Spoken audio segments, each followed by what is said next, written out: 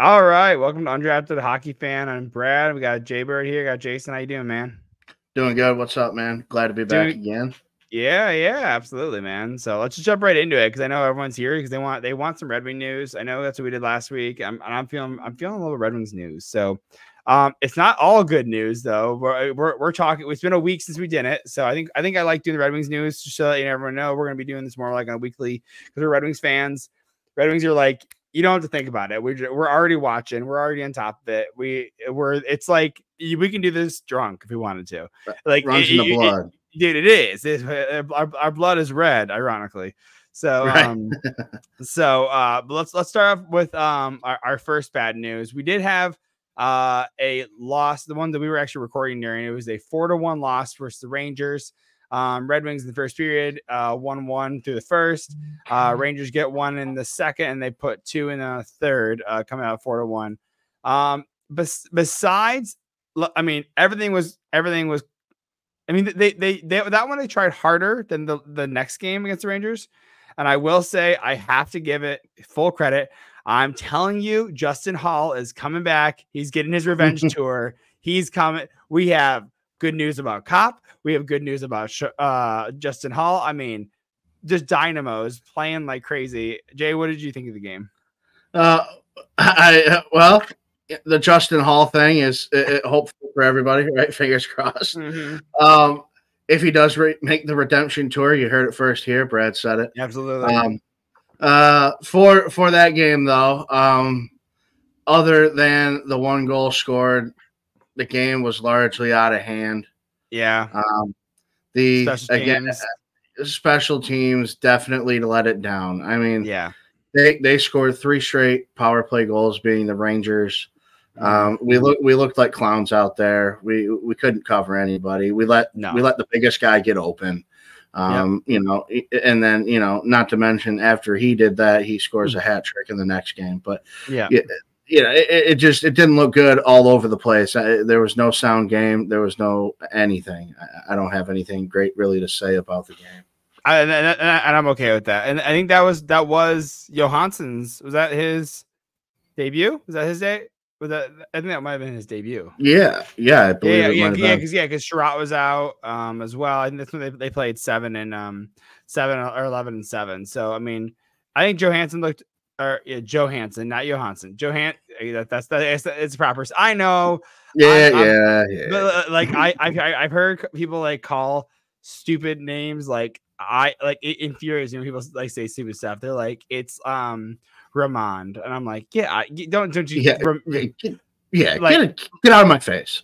Well, however Ken and Mick say it, I'm like, that's gospel. That's gospel, right? Like, they are my Father, Son, Holy Spirit when it comes to hockey, Red Wings hockey. So I'm like, all right. They were voted #1 by their peers. Remember, they're always 2, which is it's crazy that they even lose. I think it's kind of like when they're like, okay, we can't give the McDavid the Hart every year. You know, that's how it feels. Yeah. So yeah, but they're A class. They're #1. I mean. The only person that is in the same tier is Sam Rosen for the Rangers, and he's leaving at the end of the year. Oh, well, and for me, the other one is the guy who played, I can't think of his name. It was RJ for the Buffalo Sabres. Dude, he has this great voice. It was like, really? Dude, watch old Ranger or Buffalo highlights. Even last year, I think he retired last year. Oh yeah, I think I remember who you're talking about. Yeah. He did like for 40 years, phenomenal. He just passed away actually. So it was. Shout out to Bob Dole at CBC as well. Yeah, dude. Classic. Every day, hockey night in Canada. I grew up watching it. Here in Detroit, we can get CBC. And every Saturday night is just like Holy Land here as well. Like every night, me and my dad, we go, "What time is it? Oh, it's after dinner. It's Hockey Night in Canada time." Hockey Night in Canada. There you go, dude. My ringtone is the old Hockey Night in Canada theme song too. That's cool. I love that. So, all right, moving into the next game, we have a 5-2 against the Rangers. This one was a tough watch. Sider had a good goal. JT Compher had a goal, and that's all she really wrote. I didn't think Eric Gustafsson looked good. I think I'm quickly regretting that signing. I know everyone's like, They signed Gustafson. He's supposed to replace Shane Gostisbehere. And let's be frank. I know everyone wanted them to re-sign Shane Eisman to re-sign Gostisbehere, but Gostisbehere didn't want to re-sign here because he wanted to go to contender, like a now contender, which is why he went with he went with Carolina. I'd argue whether that's a contender or not. Carolina went with him. Yeah, I mean, let's be honest that he was actually. I mean, yeah, he got a little bit of money, but let's be real. He was good on our team. I don't think that he's like if you're on even a Canucks team, he doesn't need him. An Oilers team doesn't need him. Colorado doesn't need him. There's a lot of teams that didn't need him, so I don't think it's like the greatest loss, but for us, it was kind of a loss because he was points driven, right? He had a lot of points for us on the back end. And he's a right-handed shooter. I think he shoots left. He can play right though, I think. And he signed for $3.2 million, and I think in with the Rings he signed for like $4 million, I believe it was last time. 4.125, but it was only 1 year. So it takes the longer term contract. He's 31 too. So like we'll see. He's got 3 points in 4 games. I mean, that's about what he was putting up in with the Wings. Again, the thing is Gustafson was supposed to be a less offensive defenseman, but a little bit more defensively responsible. That's not looking that way right now, and I'm a little frustrated because to me, I'm kind of over. I'm quickly getting over the free agencies. Like to me, I think this is how I think. I think Eisman has great amateur scouting.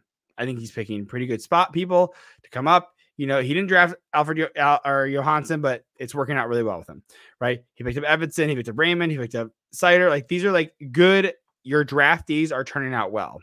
I think overall your pro scouting, Petrie hasn't worked out. Mata's been Mata. He's been a third pair defenseman, which is fine, kind of the expectation there. Gostisbehere was a good pickup, but couldn't get him to stay, right? Like Sherratt, it's been swings. He's not making up his contract, but he's looked serviceable. He's serviceable. Kopp is looking good this year for the first time, right? Like I'm kind of, and again, I think we talked about this before. I still think it's not Steve Yzerman putting the pressure to go for the playoffs. It is ownership. I think Yzerman would have been okay being bad for another year or two, get another really high draft pick, a top 5 draft pick, and then decide to go for it. Because then you can start bringing these kids up. But instead, he's like, I gotta it's Chris Illich. Let's be honest. Who's a dick. He's a dick. I watched him after the Tigers had won. Yeah. And they beat Houston. And they went on to play Cleveland. Yeah. I saw the interview of him with his son. And he was just like, I'm a douche. Yeah. We nobody expected it, but we should have been here. And like, with the cheapest team in the league, dude, you should have been here. Dude, like the Astros have a pitcher that's paid more than the entire fucking team. Yeah, exactly. So I mean, back to the Illich. We won't get too far out. Illich, he's nothing like his old man. He's not the smart individual. He's not the caring owner. He is definitely a business-driven only individual. Yeah, which it's crazy because he's a private company. Like it's not like he's having to cater to stockholders. Like it's a private company. So like if you lose money, it's just you losing money. But you have to have enough confidence that it's going to pan out long term. Right. But I mean, I think that also like add on to the Pistons have also not like he doesn't own the Pistons, but like he's leasing to them. He's like, I still haven't gotten a playoff game out of them either, though. And there's no outlooks there either. So right. But I mean, you built that facility for the Red Wings. The Pistons had nowhere else to go. Yeah. Well, so they want. And it's like every other building contract nowadays. If it's not multi-purpose, they're not going to build it. Yeah, yeah, no, I get it. I mean, like, and overall, a lot of these places are going to NFL, NBA, and NHL ones because you can't do that with the football stadium. You can't do that with a baseball diamond. So, but yeah, like that one was my issue is I understand if you're tired. I understand if it's low effort at like game 48. You know what I mean? Like we're game 4 and you're losing 5-2. Like you got to give me a break. I mean, the only good part was that you had Alex Lyon, had a shot. So Talbot puts 5 goals against on 19, 19 shots. Yep. And then finally, okay, well, Alex Lyon's got to come save the day on 15 shots, nothing let in. Alex Lyon, proper form. I said this before. I think based on money, Husso should be your starter. Then it should be Talbot. Then it should be Lyon. On talent and reliability, I said from the start, it's Talbot Lyon. And I still believe that. I still think it's true. I don't know. And Husso, by the way, to his credit, got a shutout down in the AHL. Pitched a shutout in the AHL. Yeah, I saw that. Awesome. Yep. Love it. And then Kosa had a 1 goal, 20 game save. Like, so he had a great .95 save percentage. Awesome. Yeah. Like, bring him up. Fuck everybody. I don't care. Get him some real life experience. Yeah, I don't care. I don't care who you just signed Talbot. I don't care that you signed him. Fucking get this kid into some real fucking situations. He earned it. I'm sorry, but Talbot hasn't earned it. Go away. This kid needs time. He needs the time. He needs a look. He needs a look in a real league. League. Yeah. So I think what they're doing right now is with Kosa is they're letting him down in the AHL they're like, hey man, you're playing at least half of the schedule. You're going to be the starter down there. So, you know, what is an AHL schedule? I'm sorry. I think it's like I think it is 82 still. It's around. Is it really? Yeah, I think they're still trying to play as many games as possible because they don't get the same amount of like 72 games. So okay. I think they still want to give him like 36 to 40, and which by the way, that Line did that and started to teeter off at the end. And I think that's so basically. I think the Kosa, who's looked good, his lateral's looking a lot better. He's got more control. It's not just sliding out of the way. I think this is more of a basically. It's like, hey, we're gonna run you into the ground, and you better be ready. And I'm okay with that. So that when he comes up here next year, he can actually be a 1A 1B. I don't want him. Yeah. I don't want because Husso's gone, Lyon's gone. Husso's gonna be. It's on his last year's contract, so he's gonna be gone. Lyon is at $900,000. He's gonna want a payday. Red Wings are like, well, no. They might actually bring him as a third. Like, or Lyon might be happy enough to stay. Well, I mean, we've been running 3 goals last 2 years, this year and last year. So I mean, you might run 3 goals again, but you have to pay him more. Cap will go up, right? But you have to pay him a little bit more.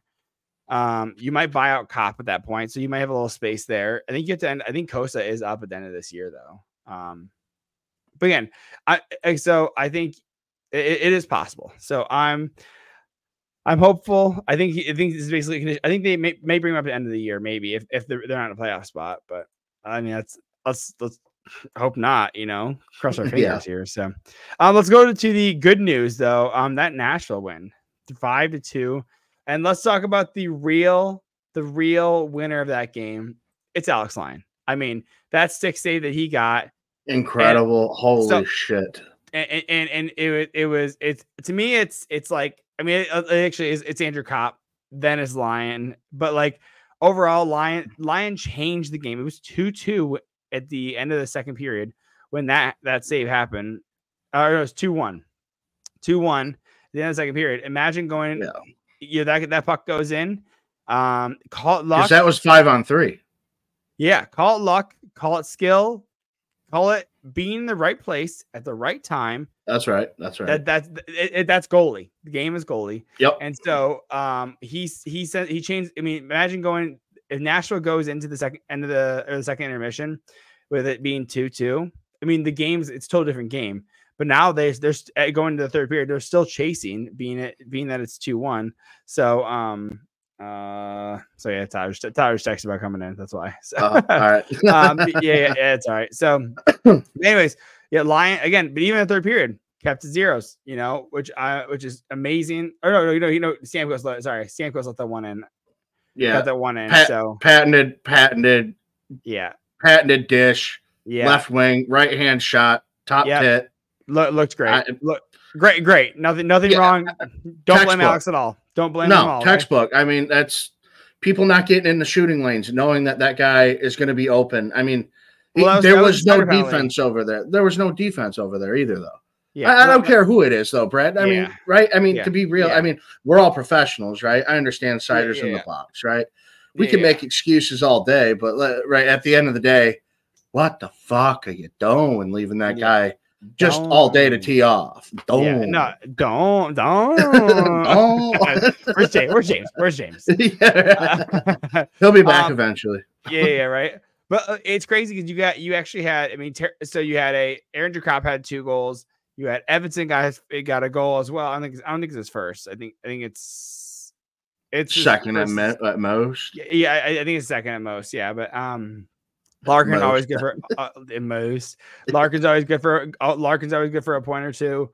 He got a goal, and then Tarasenko got a goal, which is a good thing. But the huge goal at the time too, which is huge, not only because Tarasenko was getting on the board and everything, but because that was Marco Kasper's first point, who got called up on an emergency conditions. And the reason that happened is Red Wings don't have cap space, and they could not they didn't want to put Tyler Mott on injured reserve because he'd have to miss a specific amount of time. I think it's 10 days or 4 games, whatever that is.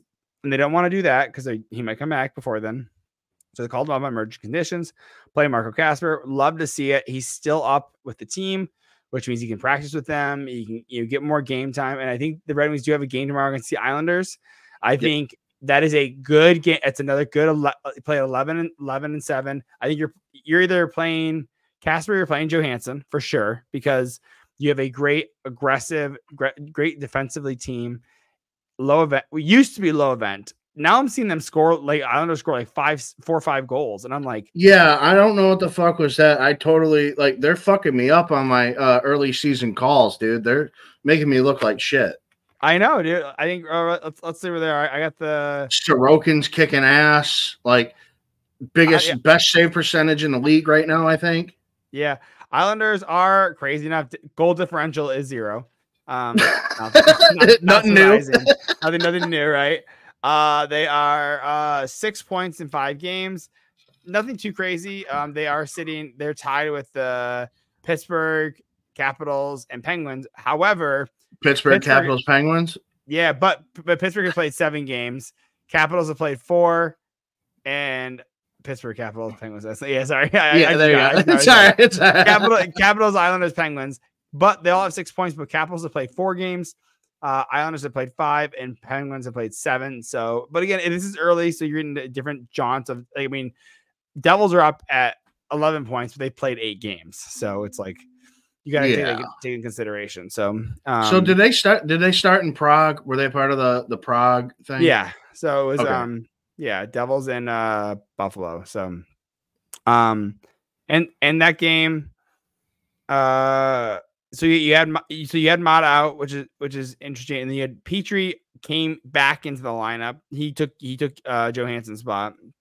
So like I said, you're looking at, I mean, Petrie again. The issue, not the issue, it is an issue. They don't have right-handed defenders. Like it's Hall, Seider, Petrie. That's all that the Red Wings have. I know. It's just it sucks. You're in that position. Dude, and this is like everyone's like, this is the year. This is the year they make the playoffs. And I'm like, hey, guess what? I don't think it is. I still don't think it is. It is a good sign to have Kane there. It's good that they signed Tarasenko. Get some to me, it's just still not.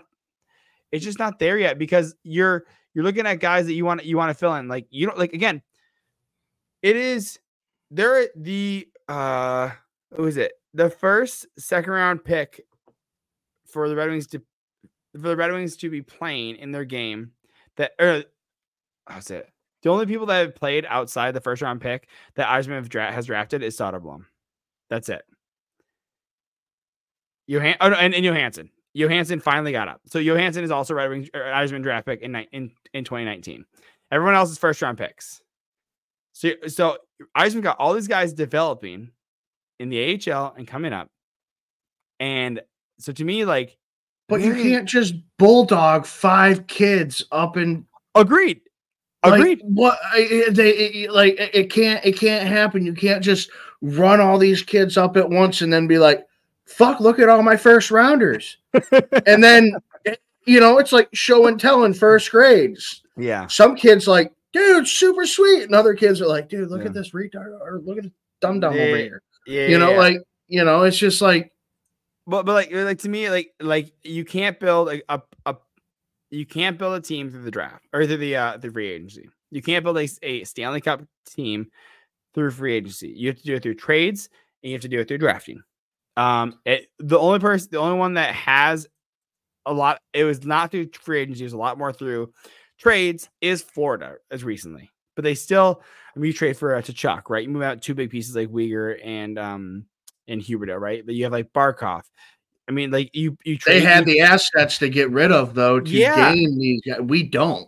You develop well. I mean, we're starting to. I mean, I'm looking at right-handed. There are right-handed guys down in Grand Rapids. You have Axon Sandy Pellica. He's going to be a long. He's going to be dominant. He's in the SHL. I actually hot take. I think he makes the team next year. Oh, definitely he should. I think he should have been here. I don't know why. Why is he playing in the Swedish league? Why is he not playing over here? He's not big enough. So bullshit. Neither is Gaudreau. God bless. Yeah. No. But he's, as a defenseman, he's not defense. They said this. His offense is awesome. His defense skills. He's talked about in interviews. His defense isn't where it needs to be to play in the NHL because it can't play up speed. So I think he does make it. Let me rephrase. I think he plays NHL games. I don't know if he makes it out of camp. Although there will be spots available if he wants it. Because Petrie will be gone. You'll have Hall, Seider, and then Johansson can play the right, but he's left-handed. But Seider's locked in. He won't have to compete for a spot. Yeah. So Johansson will be competing. Johansson, you'll have to be competing. Like you said, Petrie left. Hall, right? So you're going to have 3 spots open. Well, really, yeah. Well, Hall will be. Well, Hall and Seider are the only ones that you could say like. Okay. Yeah, I mean, like, and Johansson can play. Yeah. Are only right-handed defensemen. So there's definitely shitloads of opportunity coming next year for him to definitely be a mainstay in the program. So this is where I was talking about as well. There's another right-handed defenseman coming up. His name is Antti Tuomisto. He is a more defensively responsible right-handed defenseman. He has to come up next year. He has the Berggren situation where he can't clear waivers or anything. But there is opportunities there for him to like make it, right? So with the Grand Rapids, a little bit on the smaller end though, as well, though, right? He has 17 Tuomisto, like girl 6'5". Oh, dude, he's a big boy. Okay, he likes him big, yeah. But he's 20 and he's 23 too. I would say he's 205, which isn't as. I think I can probably gain another 10 pounds there. Yeah, I'll say another 15, maybe. Yeah, but you don't want to be slow either, though. So in the last year in Grand Rapids, he had 17 points in 50 games. So fine, like half per game. Almost, well, not half, but like he's not I think he's a second round draft pick in 2019. So like this is a guy that you want to see him come in. He'll probably have a similar role to what Johansson has next year. I think Johansson gets a full-time job next year, or they trade him because he's only on a 1-year contract. But he has to prove himself. So I think they keep him though. I just don't know who else because this is my other hot take that I've heard Buffalo's going after him, but I think the Red Wings should trade for Rasmus Andersson. I'm not too familiar. Rasmus Andersson, I think I'll look him up right now. He is playing with Calgary. He is a right-handed defenseman. He has the rest of this year and next year available. Calgary's going through a rebuild. So you're getting for this year, not only this year, but next year. So you trade over, let's say you trade out if Calgary would take a contract back, right? Send them, I don't think, because I don't know if you can send them Sherratt. So the Sherratt, Hall, and Kopp all have 7 or 10 team no trade clauses on theirs, which is typically the 7 Canadian teams and the 3 California teams because they want to make as much money as they can. So I don't know if they'll be able to trade him there. But Rasmus Anderson is 4.5. He's 27, right-handed D. He makes 4.45.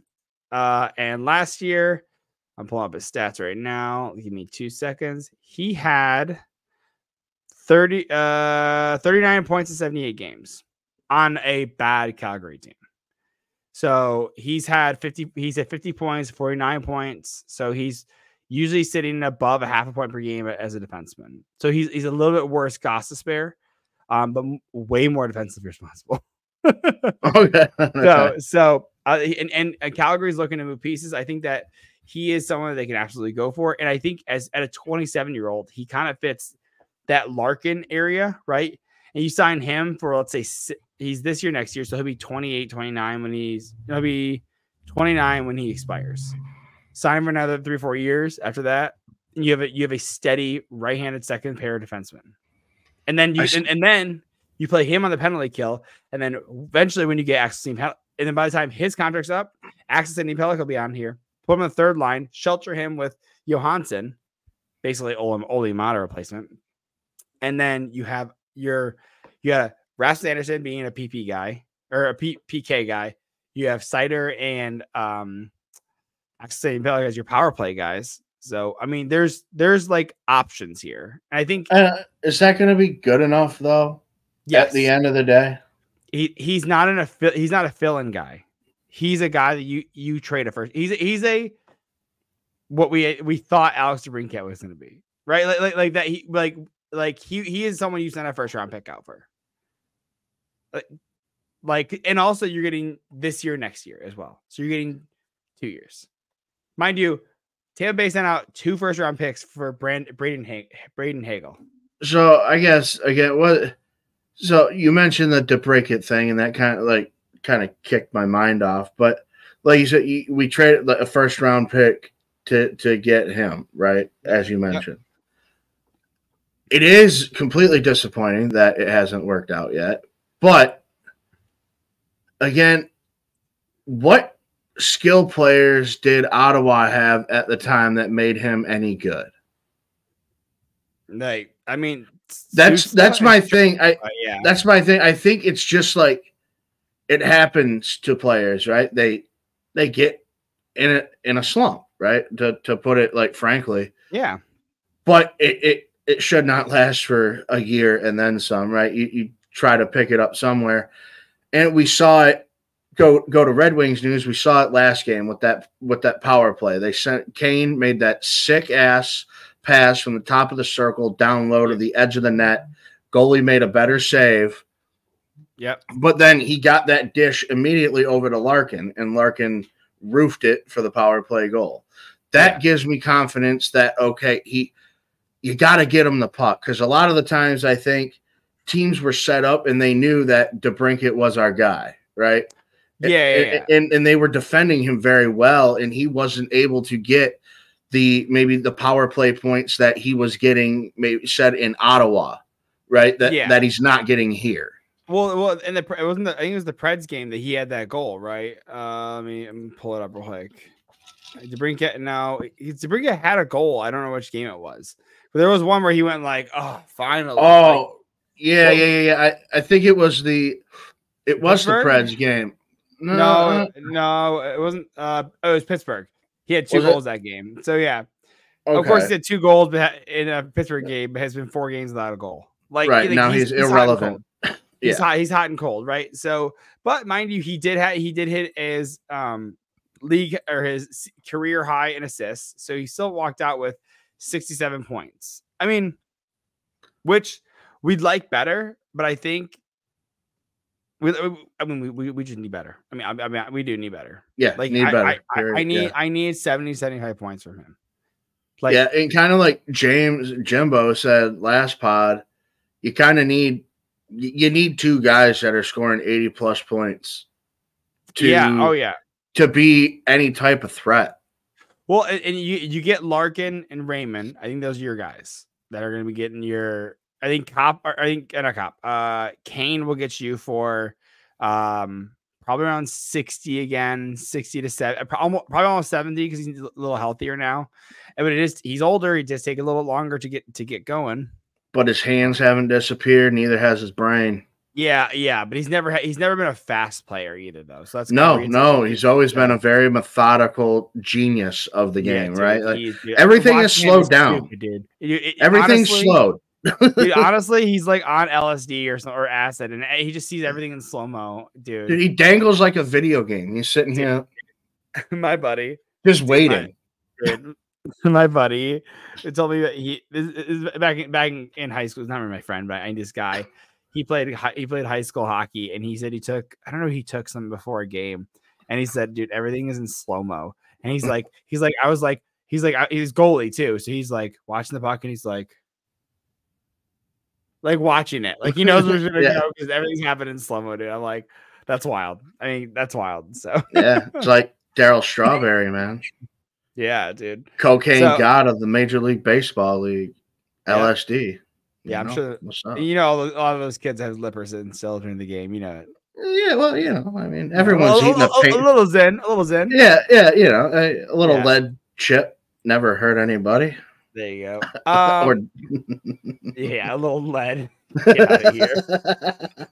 So he had 27 goals last year, but we know he's a 40-goal scorer. If we can get 30 or 35 out of him, I'd be pretty happy. Just as like hey, like he still got something there, right? You know, if I got 30 goals, 40 assists, I'd be pretty happy with him. Yeah, I want him to be up there towards point per game. That's kind of why you trade away a first round pick. You want that out of it. Yeah. So, going again, we have day to day. And the one thing I didn't want to mention, we're talking well of the Red Wings right now. I mean, I think we're excited. There's a little bit of momentum. They won against Nashville twice. Lost to Pittsburgh and lost to the Rangers. I'm okay with the Ranger losses. I don't like how it happened, but I understand you pretty much write those in as losses. Pittsburgh should have won. Should have been a win. That was 6-3. Ugly. Dude, Nashville's going through it 0-5. Real quick, just to finish off with the Red Wings. They have some tougher competition. You have Islanders who are in a playoff spot. You have Devils who are top of the league right now. Sabres who are fighting the same spot for you. Oilers who are also fighting through it. Right, they're starting to get back up there. Jets are undefeated. Sabres again. Blackhawks you should beat. Toronto, but like you're not going through easy teams. Like then you have Rangers again, like, and then Penguins to get their redemption. Like these aren't like there's no gimme games. The only gimme game is Blackhawks, and they have Connor Bedard. Like you're not versing a Columbus, you're not versing a Flyers, you're not versing a San Jose. Like this team could genuinely lose the next 10 games. Like, I would say that they should be able to beat the Sabres, and they should be able to beat the Blackhawks. There's a real concern that they walk out of this being 4-15 or 4-12, like 4-11. Yeah, and 15.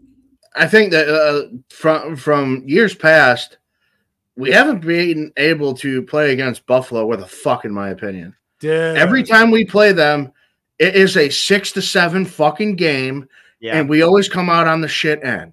Yeah. The Blackhawks right now, sorry to say, they're looking pretty fucking all right. Mm-hmm. They look together. They're looking faster than ever. Foligno is doing a great job with the young kids in that locker room. It seems like he's teaching them well. The Penguins, for some fucking reason, again, look like they're better than they should be. Evgeny Malkin is at the best start he's ever fucking had to a season. I know. It's out of nowhere. What the fuck is going on? It's like it reminds me of like like almost like the NFL with the Lions. Like we should be running away with the division this year. Yep. What happened to Minnesota? What the fuck? Anyway, it just seems like everybody else in the league, while we kind of like, it almost looks like we stood still, and everyone else is just going, and it's like I don't understand at all. Yep. Points leaders, Evgeny Malkin is tied in second with Rantanen, and then at first is Makar, Reinhardt, and Panarin. So you're looking at 11 points out of old Malkin, dude. What the hell? It's awesome, man. It's awesome. So I mean, good for him. Good for him. Absolutely, yeah. He's looking really good, and dude, Jake Allen has a 0.5 goals against average. Get the fuck out of here. I think he's played like one game, I think, though. Dude, I can't even do that in a video game. Yeah, no, he's got one shutout, and the other game he let one goal in, dude. He's a .974 save percentage. Dude. But it's crazy. So, anyways, to wrap up Red Wings news, we do have we have Hall of Fame news. There is one person that's not a Red Wing, but was teammates with Datsuk, and that is Shea Weber. Shea Weber was teammates with Datsuk down in Arizona when both their contracts got sent there.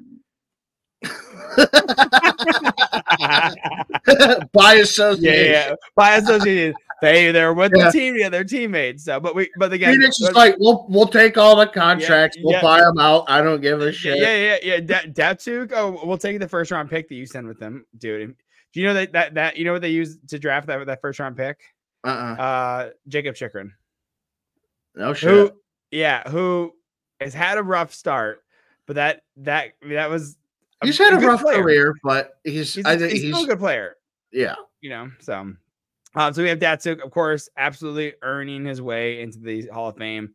Magic Man, we were just talking about Kane and him. I mean, they're those just two guys, the dangle doctors, dude. It's. Could you imagine if they could have played? Like they would, if they were on the same team, they would be the Leon and McDavid. Oh, dude.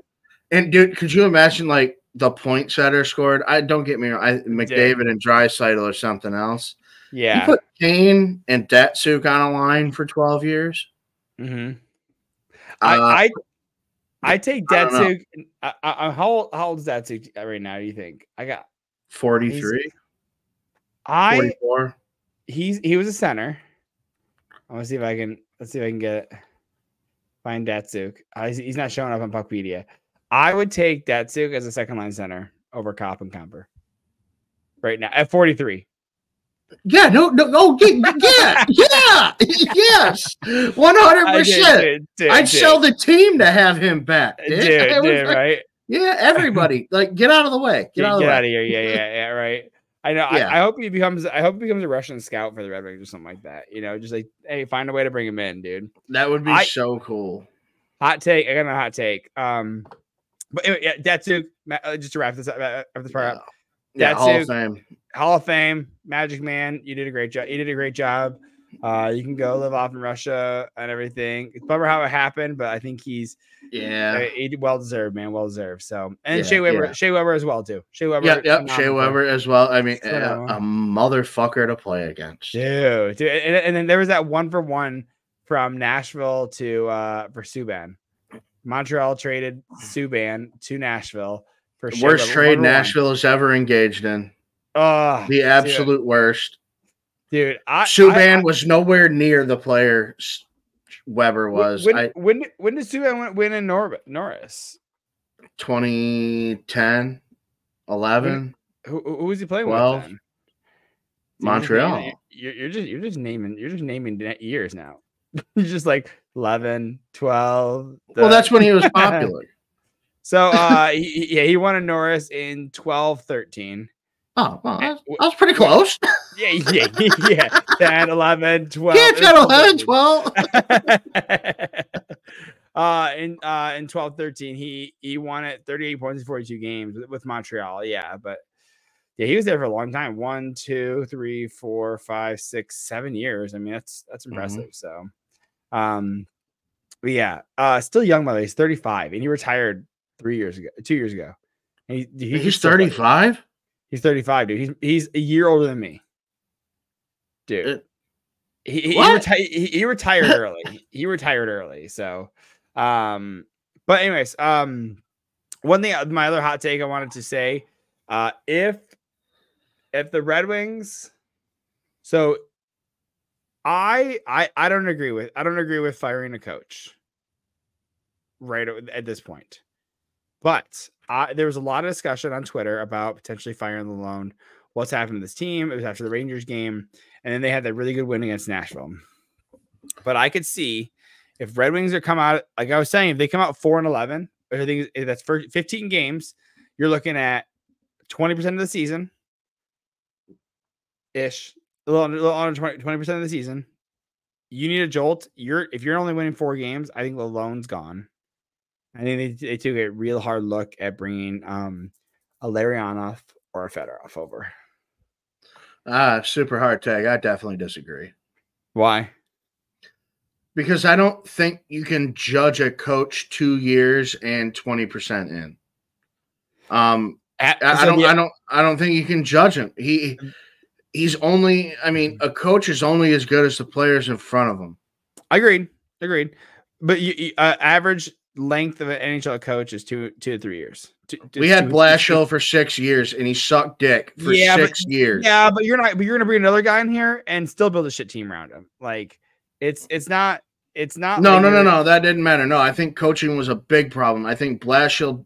I don't think the players respected him. I don't think he commanded the room.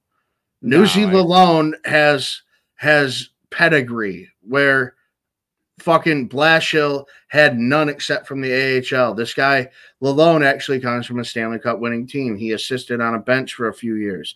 He is now coming up through the ranks, and he's finally at a team where you don't put all the stress on him. The players have to perform. It's not his fucking fault. Average tenure of an NHL coach, 2.3 years. I'm just saying it's not that. Sure. I don't. My numbers, okay. Yeah, I don't think it will happen. I think Eisman likes his guy. I think he knew him a long time, and he knew him long enough. I think he had a year down there, a year with him, because he trusted what's his face, who's the coach, John Cooper. John Cooper. He trusted John Cooper to say, hey, who should bring in? Because they bring in Derek Lalonde. They played really well. So he knew him for a year.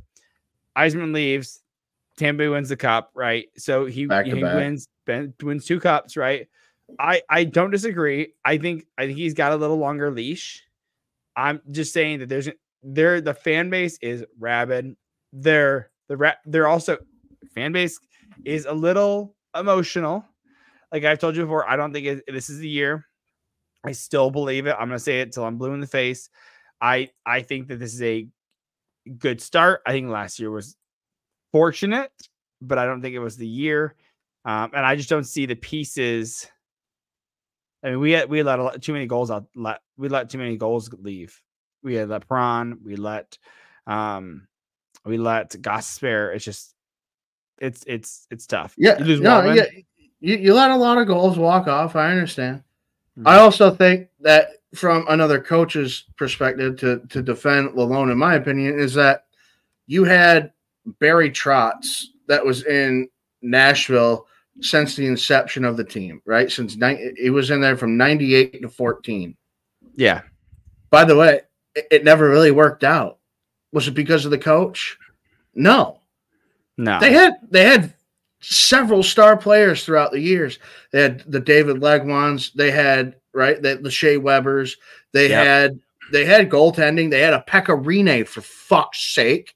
Dude. Okay. It's not the coach. It's the team, and maybe it goes back to Chris Ilitch. Maybe he's not the aura that the team is built around. Yeah. Right? Because you could look at that, because now look at Barry Trotz in Nashville. I know they're 0-5 this year, but he's been general manager for the last 2-3 years. It's been like a year or two. It's been very short. Year or two. So it's the second year, yeah. Yeah. So last year, amazing things happened. Yeah, I don't think this year's start is anything. They're going to be concerned. I understand, because they bought a lot of firepower and they look like fuck right now. Yeah. I think by the time January comes, though, they're fine. They're fine. Absolutely. Yeah, but by January they're absolutely in a wild card. Exactly. but they like just to think of this, like they just to get 500, they got to win 5 games in a row. That's like, it's not. It's going to take a lot of work, right? You know, they went 16-2 last year down the stretch. Yeah. So the joke I've been hearing on podcasts is that they need to plan for another U2 concert and cancel it. That's right. So. Did you see that special on Amazon Prime?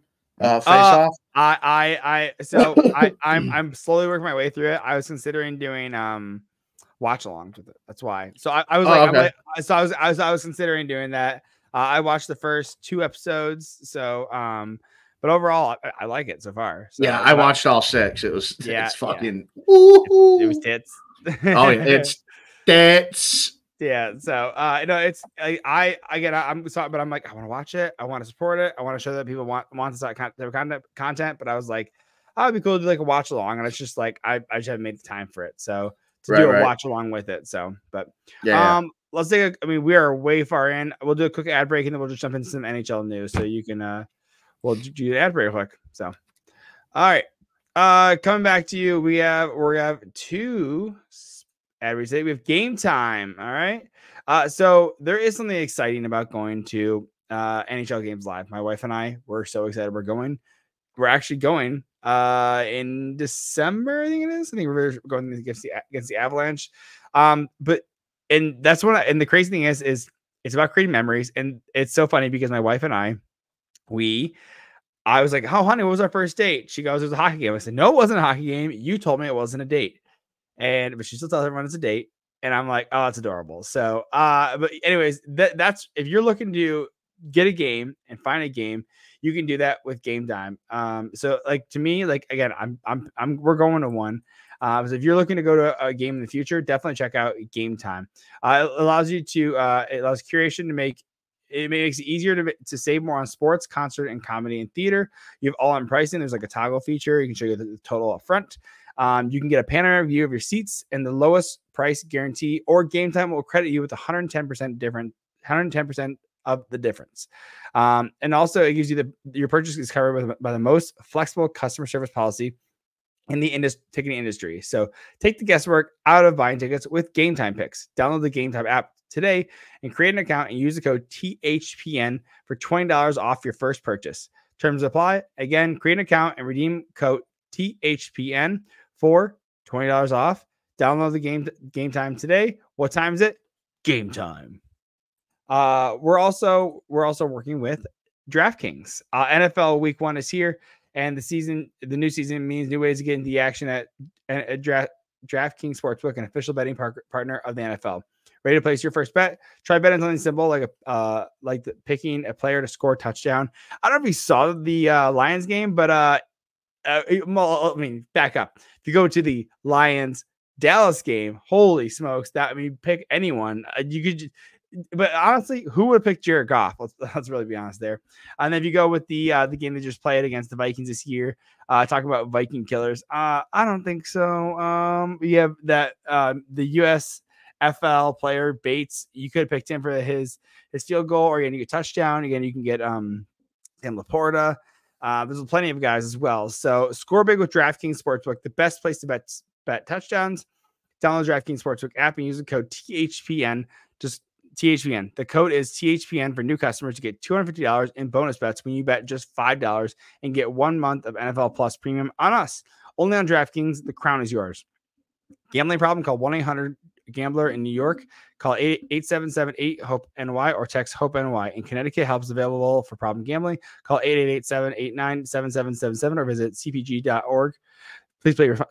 Please play responsibly on behalf of Boo Hill Casino and Resort. 21 plus, age and eligibility varies by jurisdiction. Void in New Hampshire, Oregon, and Toronto or Ontario. Bonus bets expire 168 hours after issuance. For additional terms and responsible gaming resources, see dkng.co/ftball. NFL Plus premium offer available is only available to new and former NFL Plus subscribers. Additional NFL Plus premium terms at nfl.com/terms. All right, jumping right back into this, Jay. All right, let's go. A little bit of NHL news. Real quick. Winnipeg, undefeated. 5-0. I mean, what are your thoughts on that? Goaltending. Dude, Buck is hell yeah, Buck. Right, hella yeah, Buck. Coming from Commerce, Michigan. What's up, my dude? Michigan boy. Yeah. Here we go. Yeah, big props to him. Yep. He's the reason that they're everything. He's the reason they're anything. Yep. I still Scheifele, Connor, still my favorite guys out there. I think they're fantastic. I just they're silky smooth even when they're terrible. Kyle Connor, he's a great power play threat. He's a great threat anytime. The guy is he's slippery as shit. I don't see you got a Vezina Trophy winner. What do you want to do? A two-time winner. Two-time. Right. Yeah. Okay. He won last year. So yeah. So I mean, they had a terrible playoff run. I'll tell them that. Didn't look great for Hellebuck. He kind of choked, right? But everyone's going to choke from time to time, and I think that it was a good learning experience. Again, like we talked about, like Florida, right? Their learning experience. They went to the Cup. They got smoked 4-1 by Vegas, and then they come back and they get a 3-0 game lead. They think they're on top of the world, and then oh shit, life flashes before your eyes again. And but they had the necessary knowledge, and they've been beaten up before, and I think that's the same thing that Winnipeg's going to be able to do. Yeah, absolutely. And I think I'm a big Kyle Connor fan. I'm trying to get the Red Wings to trade for him. Oh, I'd love him. Dude. Yeah, I think Kyle Connor, come back home, bud. Come home. Tyler Mott came home. Yeah, Tyler came home. Tyler came home. Shelby Township, man. So I mean, yep. Real close. Right between us. Yeah, right between us, exactly, right. And so he's on a 7-year, $50 million contract, 7.14. He's got this year and next year left. So I mean, that's absolutely worth a first-round pick. I think they probably want someone like Edvinsson though, and I'm like, too steep. I don't know. Yeah. Again, do you want goals or do you want to prevent goals? I think if Kyle Connor was Edvinsson's age.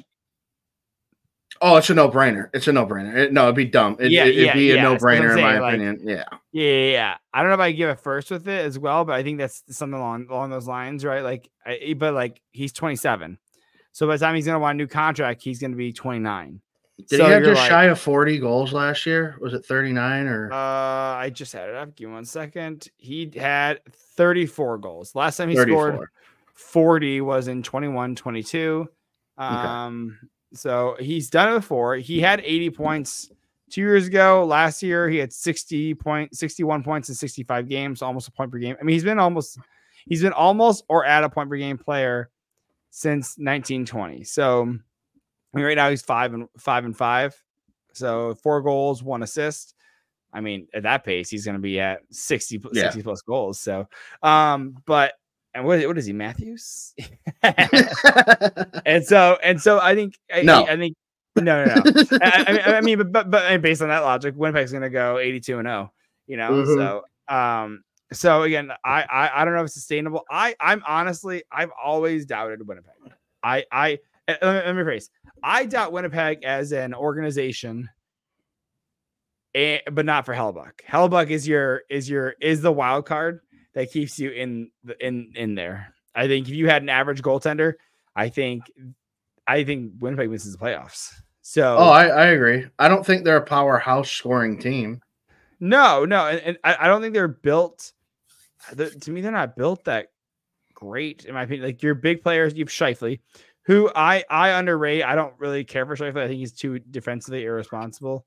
But he's shown a lot better this year. You have Ehlers, he's fine. Nino Niederreiter, fine. Iafallo, fine. Velarde, fine. Would you call them the Islanders of the West? They're there, but they're just like great goaltending, but okay guys everywhere else. Yeah, I'd say that. Yeah, like they have Barzell in New York. I get that Barzell can be a game breaker. Right? Yeah, you got like Perfetti, you have good guys, but you're not knocking out of the park. Like Morrissey was in Norris conversations last year.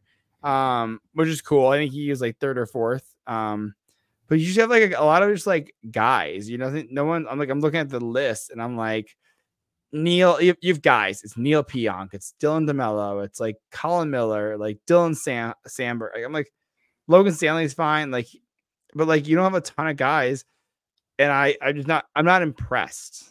Right, you got a bunch of 3 stars and a 4-star, but nobody who's really breaking things open other than your goaltender. Your goaltender is the only one stealing games. Nobody else is going to be able to, I guess, score that last minute 6-on-5 goal that you really, really need, right? You're not going to have that. Well, you have a Scheifele, you'll have an Ehlers, you have a Connor, but like Connor, like Kyle Connor, like you'll have some guys there, but it's just not like, it's not really like doing it for me. Or it's like, again, it's like Islanders. Like you're starting to get old. You're starting to, what's the average age? Let's see. It doesn't have it. Ehlers came from Washington, right? I think Nikolai Ehlers was. No, that's not Washington. He was. No, you're thinking of Eller. Eller, who's in Pittsburgh right now. Eller was in Washington. Got traded to Colorado. Signed with Pittsburgh this year. But no, like a long time ago. I think it was a long time trade ago that drafted first or 9th overall pick in 2024 by the Winnipeg Jets. So Ehlers? You're thinking of Lars Eller. Yeah. Lars Eller. Yeah, okay. Lars Eller. That's what you're thinking. Who, by the way, has 6 points in 7 games right now at 35 years old. Jeez, good for you, man. Yeah, I thought he was always kind of a water bug. I kind of like. Anyway, that's way off track. That's far. No, you're good. You're good. But he has 6 points in 7 games. Last year, he had 31 points in 82 games. Turnaround. That's Pittsburgh Magic. That's Sidney Crosby on a new contract magic, dude. Yeah, 87, 8.7. Yeah, dude. The kid never misses. Stupid. I saw a skit and it was like, he's like, yeah, I'm gonna take 8.7. He's like, Sid, you can take more. He's like, no, yeah. He's like, no. Like, inflation's always that. He's like, no. 8.7's got to do it. Hey, you can do like 10.87. He's like, no, 8.7's got to be 8.7. Like, 8.7. Yeah. So yeah, his whole life, right? His first contract he signed it was like 12 years for 8.7. Yeah, and then it was like another whatever for 8.7. Like another 5 years, something like that. 6 years for 8.7, and then another 2 for 8.7. Yeah, dude. I mean, I honestly, as a Red Wing fan, I should hate Crosby, but I don't. I should. I know I should, but I love to hate him. That's it. I love to hate, but he's the best player of my generation, hands down. Period, without question. And he missed like 2 full seasons, and now he's like the 10th player to hit 1,600 points, and it's like, dude, like in less than 1,600 games. Yeah, dude, he's so stupid. Speaking of games and everything, I did want to mention one other thing about Red Wings. Kind of come back to news. Yzerman joins the 1,000 club. So Yzerman is the sixth person in NHL history to reach 1,000 games milestone as both as a player and a general manager, followed by Bob Gainey, Bob Murray, Bob. Oh my God, all these Bobs. Bob Gainey. I didn't even read the names. Bob Gainey, Bob Murray, Bob Holford, Bobby Clark, and Doug Wilson. And Doug. Dude, that's so funny. Anyway, so yeah, so 1,000 games as general manager and as a player. I mean, that's kind of cool, So yeah, I mean, there's not very many.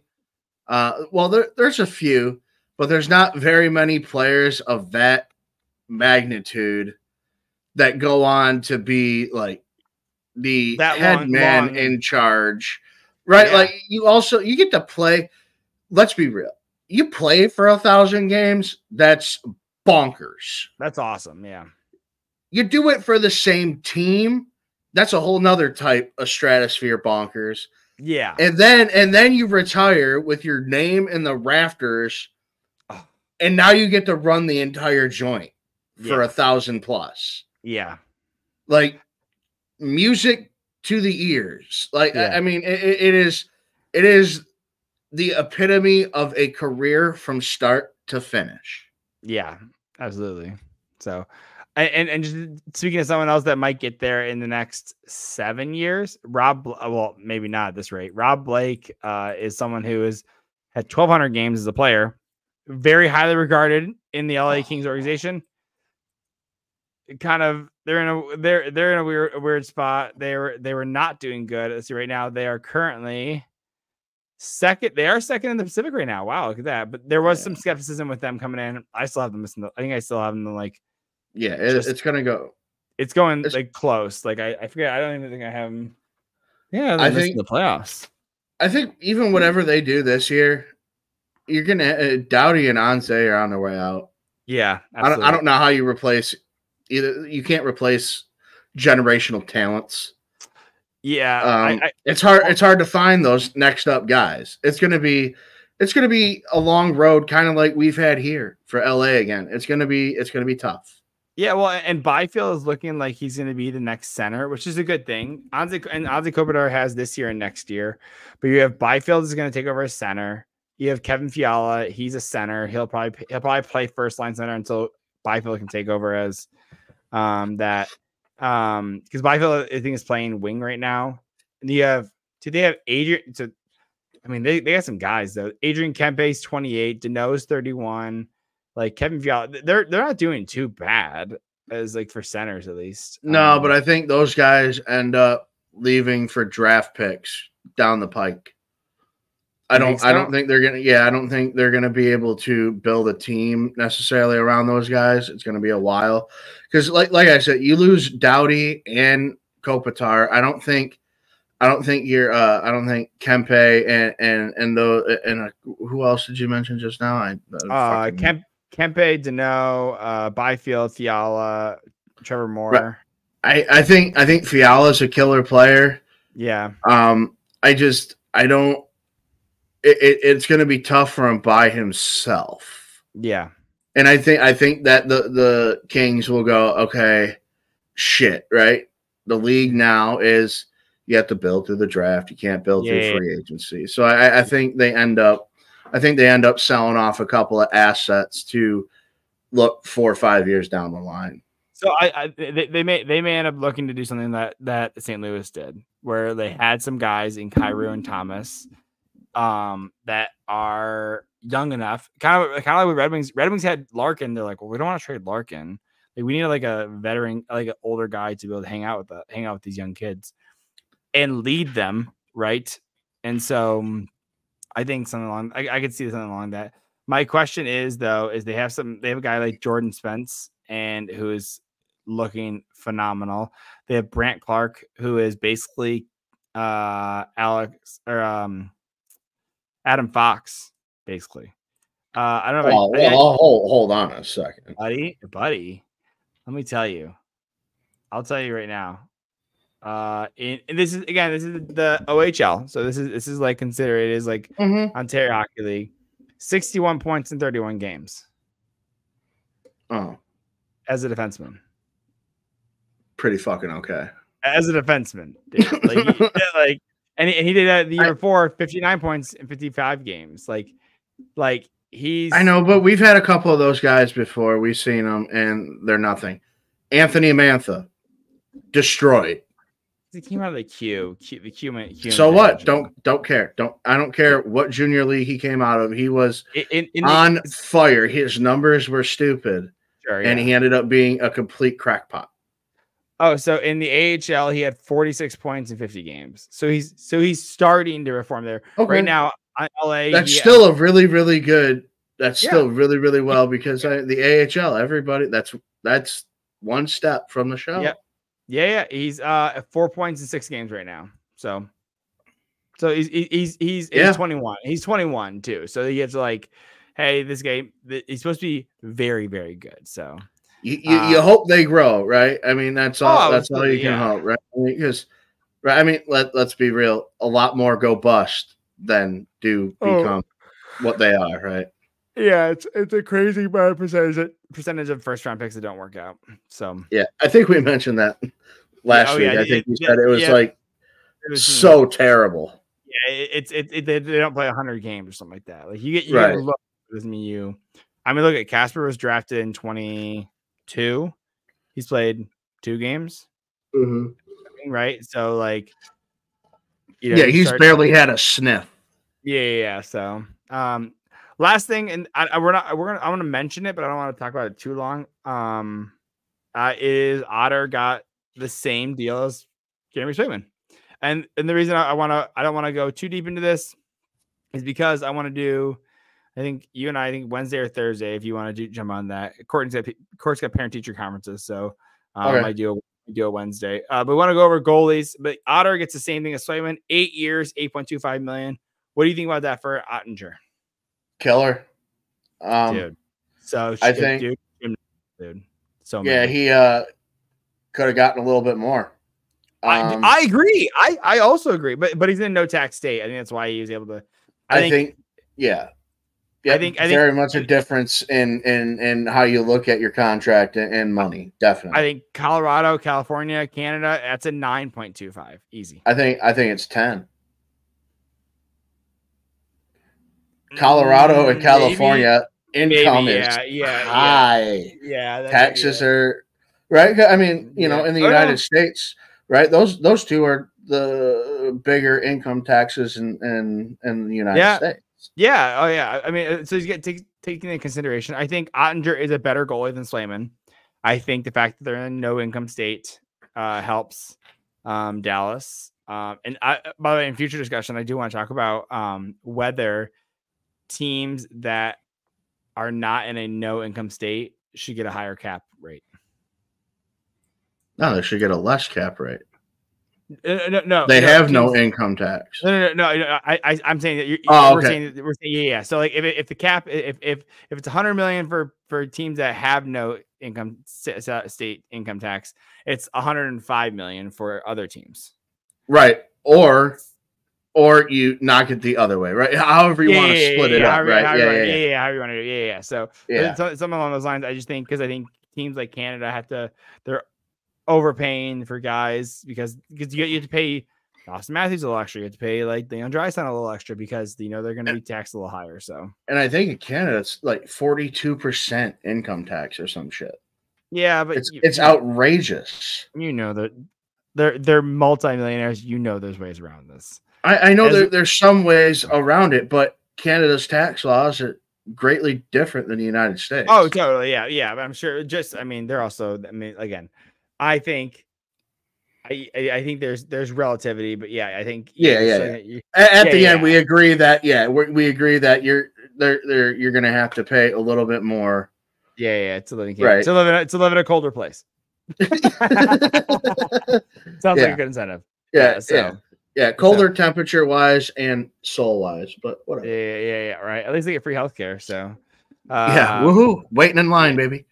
Dude, I'm still waiting, dude. Dude, you're still waiting in line in America, dude. I don't even get. I have to wait in line still, and I still have to pay for it. So, but right. Anyways, going Ottinger. Yeah, I agree. I think Ottinger is better. I think it's gonna be a good deal for him. I was nervous because when Jim Nill did that, he did like a $4 million deal for 3 years. I think it was originally because he did Robertson's deal and he did Ottinger at the same time. And I think I'm looking at Robertson right now. Robertson signed, I think it was a 4-year deal. Let me see. Yeah, it's a 4-year deal at 7.75. And I'm like, dude, you're going to pay up the ass for that kid. Because he's going to be 26 RFA. He's 26 years old when this thing expires. And he's gonna want 10 at that point. And I think he's going to want probably 11 or 12.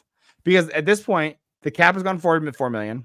Next year, it'll go up another 12-15 million over the next 4 years.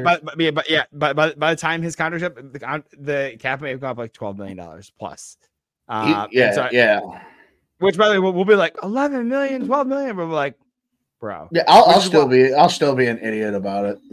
Well, yeah, because we have to readjust, right? We have to like you have to recalibrate, and it's hard to when you have and I get it because I don't even know what is an equivalent of an $8 million a year 5 years ago. I don't know because we've been in this flat cap era for so long that it's like we don't know. I get confused with my my metrics are off, right? Yeah, absolutely, yeah.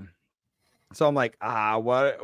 Like what? Like I don't know how to like calibrate it. Exactly, like you said, it hasn't been constant enough for us to be like, oh, okay, like we know it's gonna jump like 1.8 or 2.3 this year. Like, no, we know it's gonna be like astronomical because of the whole COVID thing. Yeah, in 2 years we could have $100,000. We could have $100 million. Or no, not in 2 years. In 3 years, I think it's really that much years. In 3 years. Yeah, because right now what are we at now? 89, 88. So call it end of the. So call it $4 million. You can do $4 million in 3 years. So it would be the fourth year. The fourth year we could get $100 million. And I'm like, dude, that's crazy. It's crazy. So it's wild. But yeah, people are gonna want their 13, 14, 15 million. Yeah, absolutely. And then eventually, then you'd be like, all right, Draisaitl makes sense now. Yeah, in 4 years, I'll be like, you're like, they got a fucking steal, dude. Worth it. Yeah, McDavid, he's making $19 million. That makes sense. You know, If people remember my comment from 4 years ago, that'll be crazy. That'd be wild. It comes back, man. It comes back, dude. So, I'm sure. I'm waiting for it to come back. Good, right. Hold just do it. It's not like it's recorded forever on the internet or anything. Internet, that's not forever. It's not real. No, exactly. So, anyways, let's wrap it up for the night, man. All right, sounds good. Thanks for coming out, man. Appreciate it. We'll catch you in the next one. All right. All right, thanks, Brad. I appreciate it. Have fun, guys.